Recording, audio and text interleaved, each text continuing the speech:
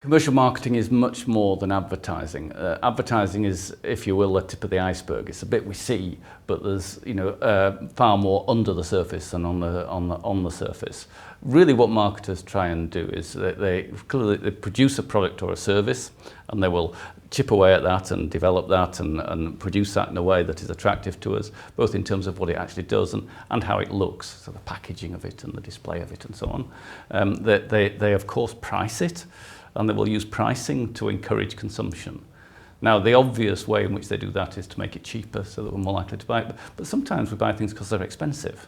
So they will make it more expensive in order to, cigar market would be a classic example of that, so exclusivity is delivered by expense. And they wrap it all up in the balm of the brand, the very evocative encapsulation of what this product has to offer, not in just physical and literal terms, but in metaphysical terms, in emotional terms, in social terms. All really important things, particularly incidentally important to young people who are just beginning to form their identities and are very anxious to make the right sort of signals to those around them. Take a brand like Marlboro. It epitomizes everything that tobacco can stand for in the sort of twisted world of the tobacco industry, of independence, of rebellion, of manliness, or, jump across to another brand, womanliness.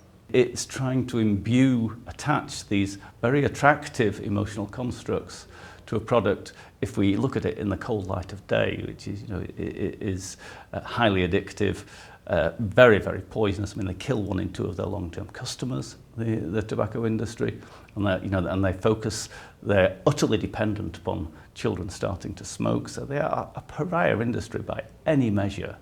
And yet, contrast that with people's responses to tobacco brands, which actually are seen as very positive and have a lot of positive accoutrements to them.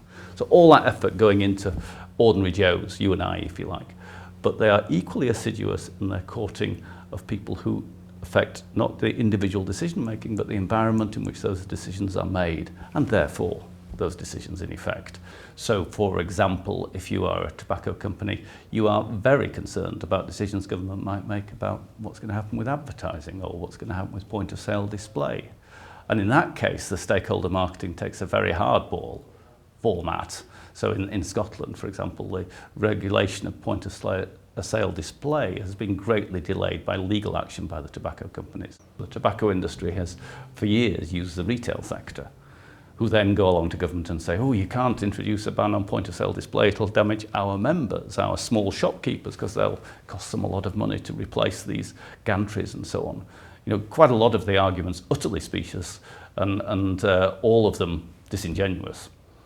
So again, what you've got is the tobacco industry using its marketing wiles, not this time on teenagers, but on shopkeepers, to kid them that they are their friends, when in fact exactly the same reality prevails, that what the tobacco industry is interested in is its own bottom line.